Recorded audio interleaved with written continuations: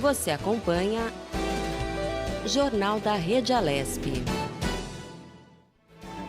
Bem, pessoal, voltamos aí para o segundo bloco do Jornal da Rede Alesp, né, Priscila? Muita informação sobre o Parlamento Paulista, sobre o Brasil e o mundo, e é claro, vamos falar aí do coronavírus, da Covid-19, que é o assunto ainda que domina. Nós ainda estamos de quarentena.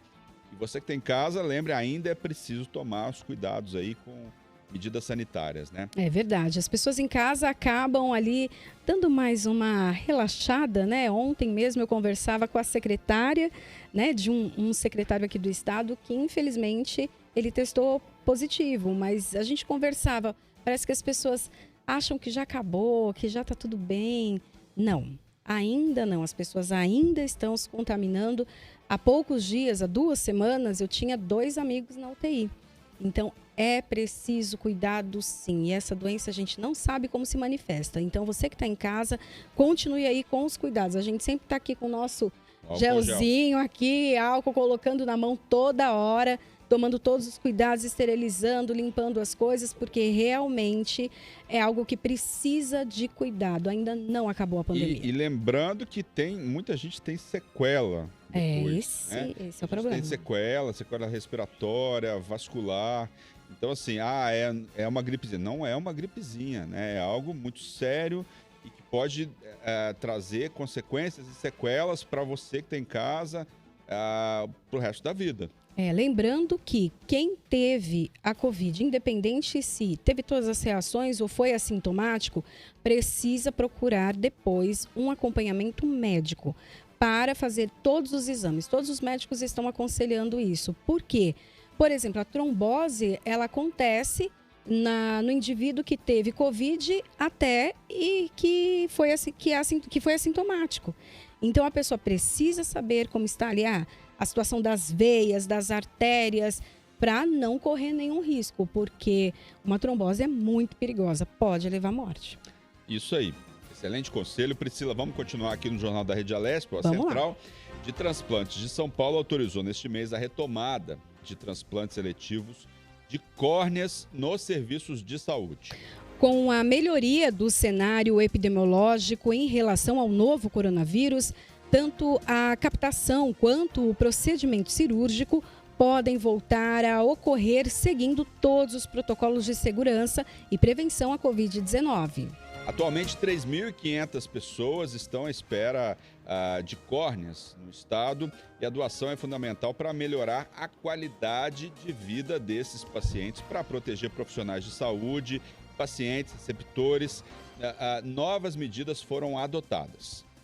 Os serviços de saúde devem realizar a triagem clínica dos potenciais doadores, realizando testes para a Covid-19 antes de qualquer definição terapêutica. Conforme diretriz do Sistema Único de Saúde, o SUS, pessoas com diagnóstico positivo para o coronavírus que possuem menos de 28 dias da regressão completa dos sintomas não podem ser doadoras de órgãos e tecidos. Outra norma definida estabelece que pacientes podem optar por não realizar o transplante enquanto durar a pandemia, sem prejuízo em sua posição no cadastro de transplantes. A cada 10 transplantes em São Paulo, 4 são de córneas, procedimento mais realizado. Além de ser um tecido muito resistente, pode ser armazenado por até 14 dias depois da doação, facilitando o trabalho das comissões intra-hospitalares de transplantes, que realizam busca e identificação de doadores potenciais de órgãos e tecidos, em parceria com as organizações de procura de órgãos. Chegou a hora de mais uma entrevista aqui no Jornal da Rede Alesp. A gente vai conversar com o Deni Anderson dos Santos, que é doutor em biomedicina. E ele fala para a gente sobre os tipos de vacina e a evolução na história. Bom dia, doutor. Seja bem-vindo aqui ao Jornal da Rede Alesp. A gente já sabe que quando a criança ali é pequenininha, sai da maternidade já com todas as indicações das vacinas que precisa tomar, principalmente ali na primeira infância. Mas são várias vacinas ao longo da vida. Fala um pouquinho pra gente, doutor, dessas vacinas e a importância de manter ali a caderneta de vacinação sempre em dia. Olá, bom dia, tudo bem?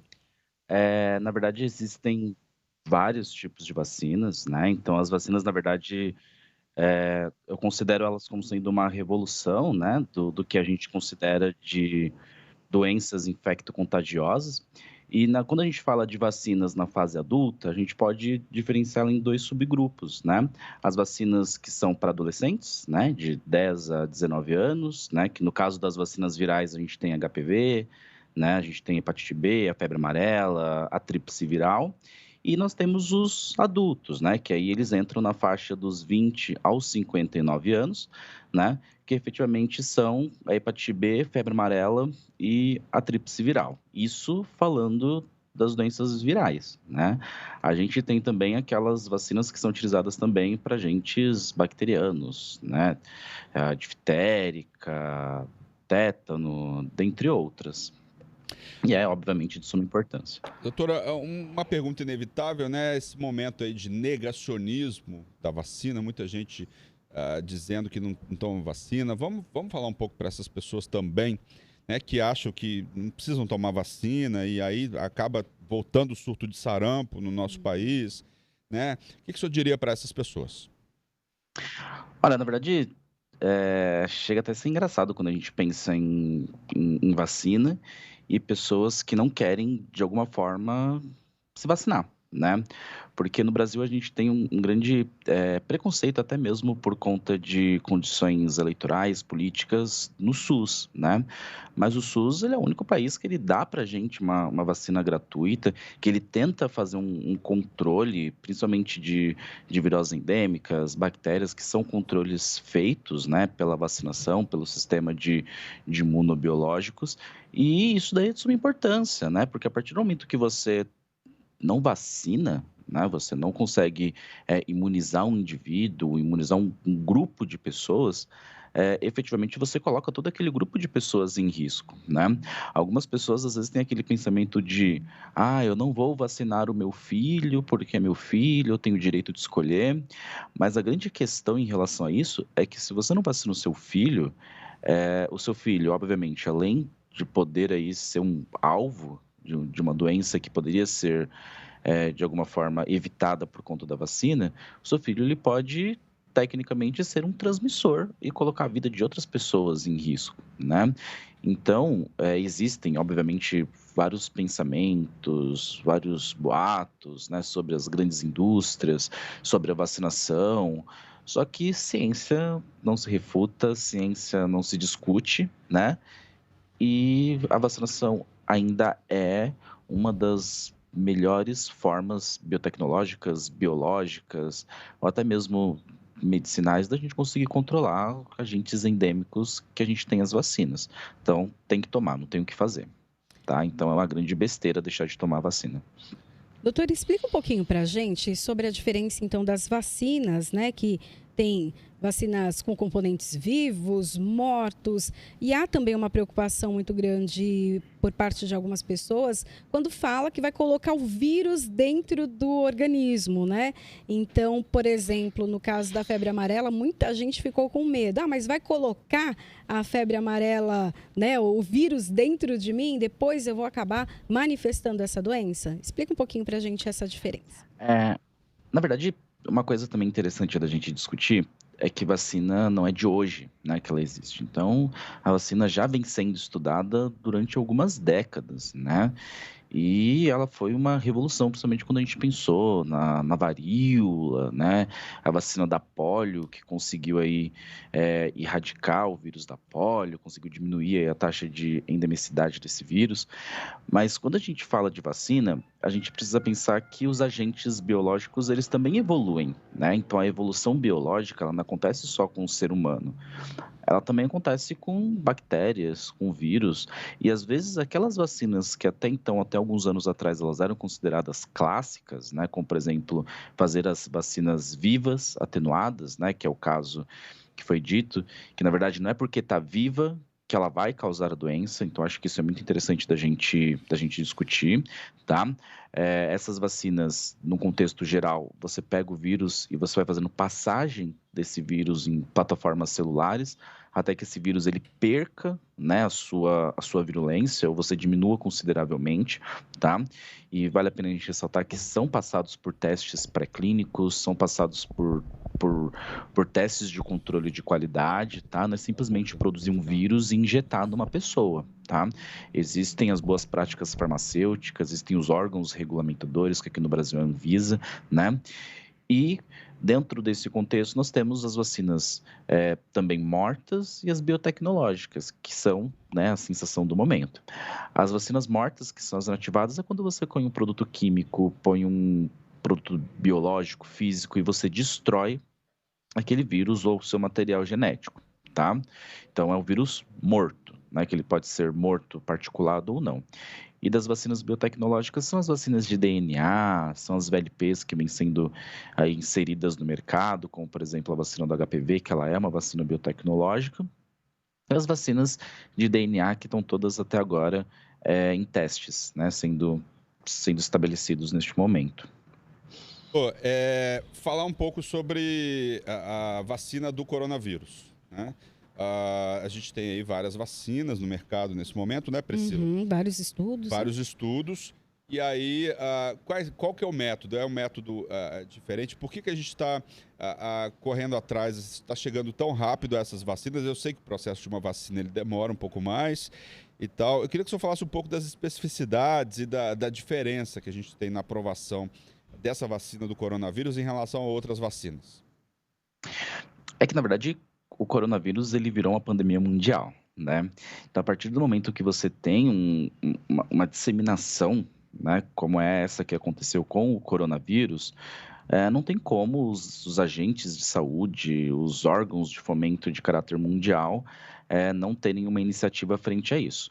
Lógico que também existe o lado negativo, né? Aqui no Brasil, por exemplo, enquanto nós estamos com os cientistas, os pensadores, né, voltados para a vacina do coronavírus, obviamente que algumas outras doenças emergentes, como dengue, né, elas estão aí também sendo veiculadas em paralelo, só que nosso pensamento é o coronavírus, né? Então, depois talvez a gente tenha alguns problemas com outras viroses endêmicas das regiões características do Brasil e que elas estão surgindo, estão entrando aí em alta neste momento, tá?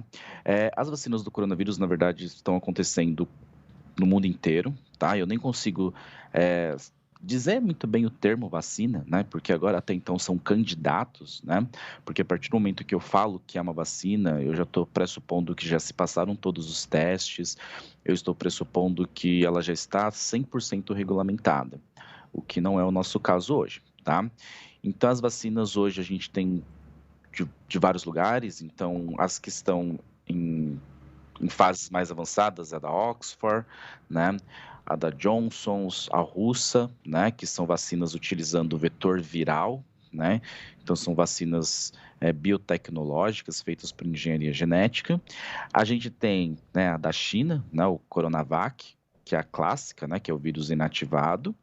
E a gente tem a Pfizer aí, que é uma grande indústria farmacêutica que está entrando aí na briga, na corrida por uma vacina a ser vendida, que é uma vacina também biotecnológica a partir de RNA mensageiro, né?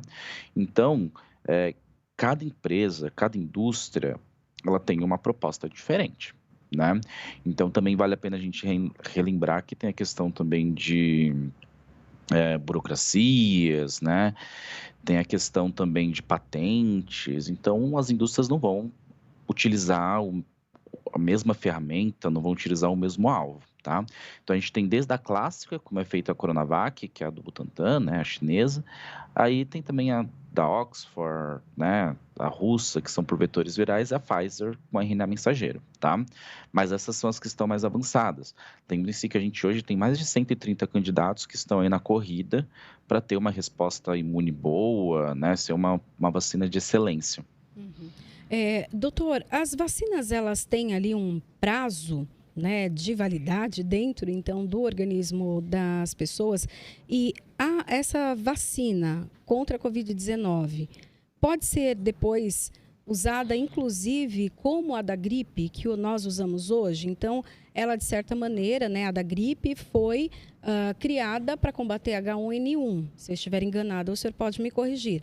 Hoje já tem uma mutação até do vírus e essa vacina também acaba sendo ampliada, né, numa cobertura para os vírus que acabaram aparecendo. Então, não significa que a gente tomando a vacina agora da Covid, do novo coronavírus, não tenha que tomar o ano que vem, por exemplo. Depende, né? Porque assim, quando a gente fala de vacinas, né, de candidatos vacinais, existem vários pontos importantes que eles devem ser pensados, devem ser minuciosamente elaborados de forma estratégica, que é, por exemplo, qual é a ferramenta que você vai utilizar para a imunização, né? Então, não tem como fazer garantias. Se a gente for pensar, por exemplo, na vacina da gripe, a vacina da gripe, ela até que ela é bem efetiva, né? Só que a molécula que a gente usa para fazer a imunização humana, ela consegue gerar anticorpos de memória por 10 meses. O que eu estou dizendo? Você ainda tem 2 meses de lambuja aí no seu ano para você pegar gripe, né? Outro exemplo são, por exemplo, as vacinas que foram dadas aí para a febre amarela, né? Que ela pode durar até 20 anos. Então, tudo isso vai depender de como ela está sendo produzida, tá? Se ela tem um adjuvante, que são moléculas que, né, auxiliam o processo de imunização, se não tem imunizante, qual é a técnica que eles estão utilizando, se é vírus inativo, atenuado, se é vírus particulado, se é vírus biotecnológico, né? E dos testes pré-clínicos, né, do tempo de resposta imune que a gente vai ter, né? E isso vai demorar. Então a gente começa com as imunizações, né? E aí você vai fazendo sorologias para verificar quando que você vai ter a diminuição de anticorpos. Então, por enquanto, eu não tenho como afirmar para vocês que, olha, tal e tal vacina, a resposta vai ser duradoura, tá? Espera-se que seja, né? Que se a gente for pensar a nível brasileiro, a melhor vacina é aquela que seja em gotinha, que não precisa furar, né? Aquela que seja uma dose só e aquela que dure a vida inteira. Mas a gente sabe que não é bem assim que funciona, né? Então, tudo isso vai depender da dose, do agente utilizado, vai depender da população, porque não adianta também a gente ter a oferta da vacina se a população não toma, né? Que foi aquele assunto daquelas pessoas que são contra, né? Fazem movimentos anti-vacinas. Então, tudo isso deve ser levado em consideração. Uma questão deve ser considerada, né, a variação genética da população, né? Tem pessoas que são mais imunes a uma doença ou outra, outras doenças são mais suscetíveis a ter essa doença. Falou-se até do tipo sanguíneo, né? Que tipo pode sanguíneo, também, até uma contaminação por conta tipo disso. sanguíneo, etnia, região do planeta. Como considerar, doutor, essas variações de uma maneira geral e como que vocês, especialistas, consideram essas variações? Então, também, de novo, são ferramentas, né? Então, depende do processo de evolução também do agente, que é algo que a gente também não consegue predizer, né? Então, assim como a dengue, que nós temos 4 sorotipos, né? Assim como o HIV, que nós temos 2 sorotipos. Então, tudo isso vai variar, tá bom?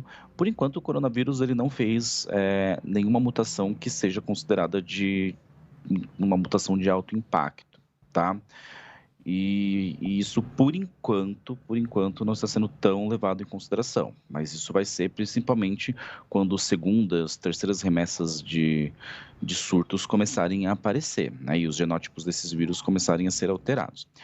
Sobre a população, se a gente for pensar principalmente no Brasil, né, que eu tenho uma heterogeneidade muito grande da população, né, uma heterogeneidade genética, isso pode ser problemático, tá? Mas quando essa vacina ela é sintetizada, a gente geralmente usa como base condições que são conservadas no indivíduo, né? Então, todo esse processo de apresentação, né, de resposta imunológica, por mais que ainda não seja 100% descrito na literatura, ele já está bem estabelecido, né? Então, quando a gente desenvolve uma vacina, a gente pensa nos mecanismos que eles já estão bem descritos e já estão bem estabelecidos pela ciência, né? Então, a partir deles que a gente acaba se baseando, né? Por conta, principalmente, da heterogeneidade da população, se eu for pensar dessa forma, a gente não constrói nada, né? Então, a gente acaba levando em consideração tudo aquilo que a gente tem de igual em todo mundo, né? E a gente utiliza isso como sendo um ataque, né? A gente usa isso como sendo um alvo farmacológico, um alvo vacinal. Doutor, a vacina, falando então do coronavírus, novo coronavírus, vai ser realmente a segurança para a gente voltar a uma vida normal? Né? Voltar a frequentar os ambientes sem aquela preocupação da utilização da máscara, de estar ali com álcool em gel ou não? Ainda assim, a gente vai precisar continuar, né, com essas práticas? Eu queria até complementar, né? Quer dizer, já é um caminho para uma resposta. Ela foi aprovada de uma forma muito rápida, né? Não sei se o doutor vai dizer isso, mas essa rapidez na aprovação é um impeditivo para a gente ter aí certezas em relação à eficácia dessa vacina, né? A gente sabe, por exemplo, que já tem vários casos de reinfecção, não são muitos, mas são casos que estão acontecendo aí, inclusive no Brasil, a gente já tem várias pessoas que relataram isso. Queria só complementar essa sua pergunta. Então, olha lá. Respondendo a primeira pergunta, né, que foi citada, primeiro a gente pensa em relação, de novo, ao agente viral, né? Então, ele é um retrovírus, né? Ele tem mutações, né? Então, a gente está desenvolvendo uma estratégia a partir também de moléculas que são conservadas dentro do próprio vírus, né? Então, por mais que ele tenha uma mutação, por mais que ele se troque, né? A gente vai conseguir ainda ter um agente vacinal útil dentro do nosso sistema de saúde, né? Sobre a questão, vamos viver bem? Olha, esperamos, viu, Priscila? Porque assim, lógico que não é da noite para o dia, porque quando a gente pensa em vacinação, a gente pensa numa vacinação em rebanho. O que é uma vacinação em rebanho? O posto de saúde, ele começa a fazer todo aquele marketing do vamos se vacinar, os agentes de saúde, por incrível que pareça, eles vão até a casa das pessoas. Então, de novo, eu foco na questão que o SUS é bom, tá? Não tô puxando sardinha, não, né? Às vezes a administração não é boa, mas a estratégia do SUS é uma estratégia boa, porque para aquelas pessoas que não querem, não podem, por alguma forma, o SUS ele vai até a sua casa, tá? Como foi o que aconteceu com a febre amarela, vai aparecer na televisão, vai ter toda a questão de marketing e tudo mais. E se eu conseguir ter uma imunização numa concentração alta da população, uma imunização em rebanho, a probabilidade de eu ter uma vida normal é quase 100%. Né? Que é o que acontece com as outras doenças. Então, você leva lá o seu filho, ele toma uma gotinha, toma uma vacina e eu posso ficar tranquilo, né? Caso aquela criança faça soroconversão, de que ela está bem, né? Ela está saudável. Então, eu não tenho que me preocupar com isso, entende? Então, se a vacina for uma vacina bem estipulada, der uma resposta duradoura, tá tudo bem. Indo para a segunda pergunta, você pode repetir a segunda pergunta, por favor? Não, essa eficácia mesmo, né, da vacina, já que do tempo, foi tão né? pouco tempo, né? Então, olha lá, a questão de tempo, ela não necessariamente ela condiz com os ensaios que estão sendo feitos, né? Hoje a gente tem a área da medicina translacional, que é uma área nova no Brasil, né? Que é uma área que ela vem com o intuito de acelerar, né, aumentar a rapidez no qual os testes eles saem de uma bancada, né, de uma bancada de pesquisa e caem para uma indústria de produção, tá? E independente do tempo em que isso aconteça, de novo existem as questões burocráticas, né? Então ele vai passar pela fase pré-clínica, né, que é onde eu vou ter aí um conjunto de estratégias, vou ter uma molécula-alvo, depois eles entram nas fases, né, dos testes, que é fase 1, fase 2, fase 3, né, que na fase 1 eu utilizo algumas dezenas de pessoas, na fase 2 algumas centenas, né, onde eu vou ter idades diferentes, sexos diferentes, condições diferentes, e na fase 3 que é quando eu imunizo uma quantidade maior de pessoas, tá? Então, finalizo que independente do tempo, é importante que sejam passados por todas as fases, porque é isso quem vai garantir o controle de qualidade daquele produto que está sendo produzido e está sendo administrado, tá? Então, a questão é, estou tendo uma vacina com pouco tempo? Sim. Essa vacina, ela passou por todos os testes? Sim. Essa vacina tem qualidade? Sim. Tem uma vacina de pouco tempo? Sim. Passou por todos os testes? Não. Ela tem qualidade? Não sei dizer. Doutor. Então, depende, né? Tem essa variabilidade. Tá certo, muito obrigado. Muito obrigado pela sua participação, doutor Deni Andes. Obrigado pelos seus esclarecimentos e pela sua avaliação aqui no Jornal da Rede Alesp.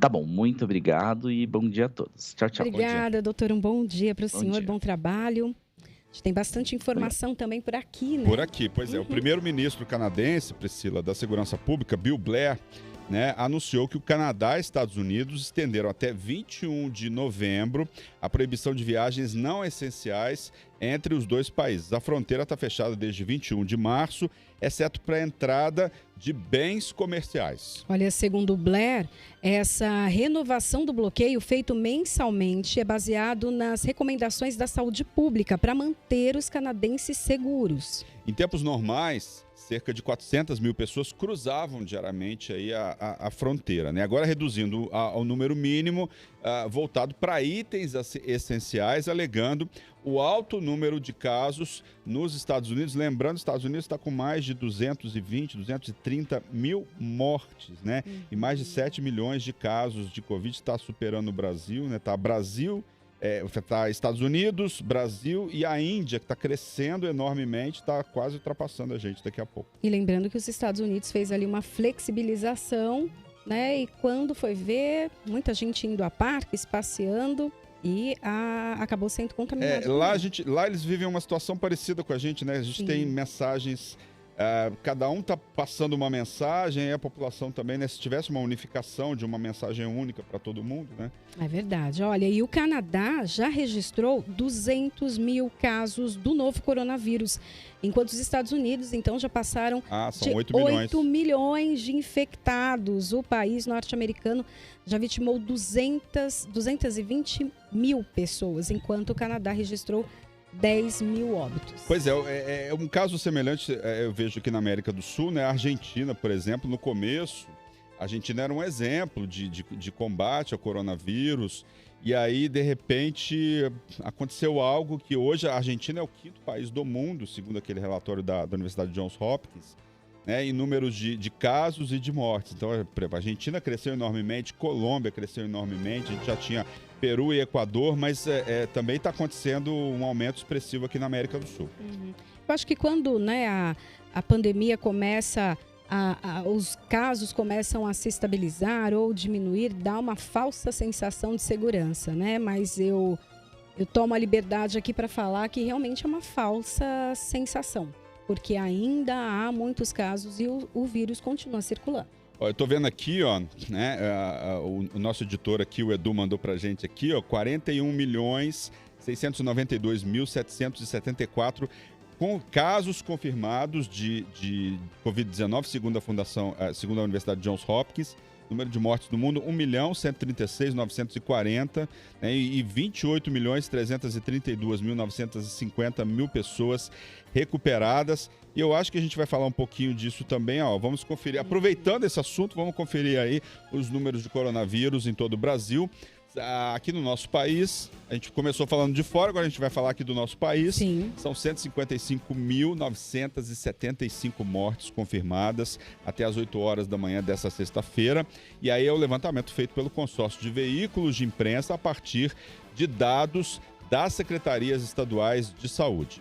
O balanço indicou que 503 mortes aconteceram nas últimas 24 horas.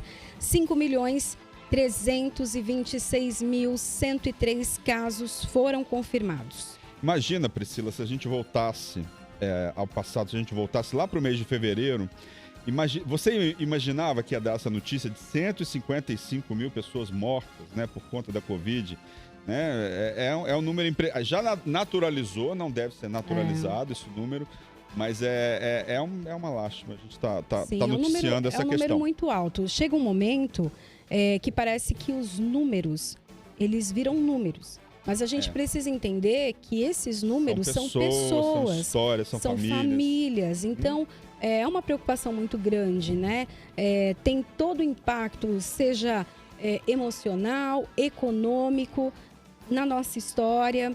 E até falando em história, vou fazer uma propagandinha aqui. Vamos lá. A gente fez aqui para a Rede Alesp um programa chamado a Alesp Repórter, a L Repórter, que fala sobre as pandemias, né, que aconteceram ao longo da vida. Foi você que fez, né? Por isso que eu disse que era uma e aí propaganda. eu vi eu e a muitos Márcia elogios. Flores. A Márcia Flores está ali. A nossa editora, Márcia Flores, né, e tal, que é responsável pelos programas aqui da Rede Alesp. Eu ouvi elogios, eu estava olhando lá no grupo do WhatsApp, eu vi elogios sobre esse programa, né? Tava vendo lá, depois eu quero ver, né? A gente vai vale ver, a pena. vai conferir aí na programação da Rede Alesp. Vale a pena assistir porque o Brasil e o estado de São Paulo, né? A gente fala muito do impacto no estado de São Paulo e como o legislativo, né, atuou para ajudar, então, naquele momento e agora com a Covid. A gente fez uma comparação. E eu vou te falar que a gripe espanhola foi muito semelhante ao que aconteceu aqui. E matou 50 milhões de pessoas no mundo inteiro, né? Então, assim, ali tinha um cuidado muito parecido com o que nós temos hoje. E as medidas adotadas também pelo Legislativo naquela época também foi muito parecida. É interessante de se ver. Eu adoro esses programas especiais, entendeu? Ó, já vou cantar a Márcia aqui, Márcia Flores, nossa editora. Márcia, me chame para fazer esses programas também. Você vai gostar. A Márcia é ótima. Então, vamos fazer, né? Eu adoro falar sobre esses assuntos que são bastante interessantes. Bem, voltando aqui à programação, a Alemanha registrou nas últimas 24 horas 11.287 casos da Covid-19. Esse foi o recorde de infecções desde o início da pandemia e uma alta de 49% em relação ao dia anterior. Só falando aqui da Alemanha, Priscila, a Alemanha era um caso exemplo, era um case de exemplo em relação à Covid. A gente tem lá a Angela Merkel, que estava administrando super bem. A gente estava falando há poucos dias da administração das mulheres em relação à Covid, falando que foi muito melhor do que o país que tem mulheres à frente na presidência, como primeiro-ministro. E aí, são nações que tiveram um bom desempenho. E aí a gente está vendo um aumento de casos na Alemanha, né? É complicado. Preocupante. A Europa passa por um novo surto de coronavírus em vários países, porém o número de mortes é bem menor do que o registrado no início da pandemia. A Alemanha, né, que agora também o Luciano comentou, já registrou mais de 380 mil casos de Covid-19 e 10 mil óbitos. O presidente do Instituto de Vigilância Epidemiológica, o Robert Koch, afirmou que a Alemanha vive uma situação de saúde gravíssima e que o vírus pode estar se espalhando incontrolavelmente e que os jovens são os mais expostos ao vírus. A chanceler Angela Merkel pediu na semana passada aos cidadãos para reduzir as relações sociais o tanto quanto possível, também evitarem sair de casa. Além disso, foi indicado que ainda é possível conter a pandemia respeitando as medidas de proteção e ventilando os ambientes fechados. Bem, Priscila, vamos conferir agora o destaque que marcou esse segundo bloco, né, do Jornal da Rede Alesp. O deputado Enio Tato, do PT, participou de uma audiência virtual com lideranças da Associação Povo em Ação Vida Sustentável, da Coab Jardim São Bento, e com o secretário de Habitação, Flávio Amari, e também o presidente da CDHU, Reinaldo Iapequino. As autoridades reafirmaram a viabilidade de aporte financeiro do programa de habitação da Casa Paulista para financiar o projeto habitacional popular Pé da Santa, da Associação Povo em Ação.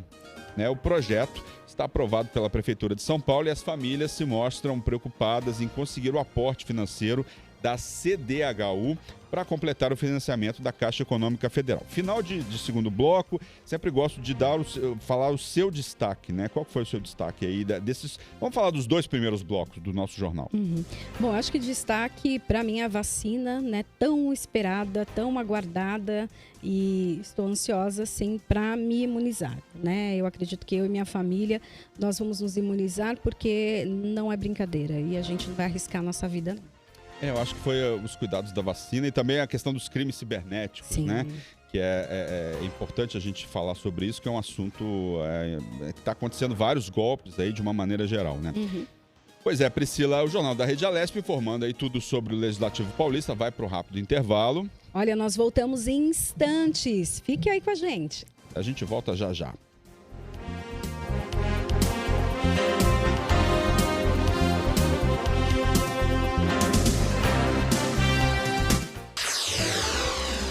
Você acompanha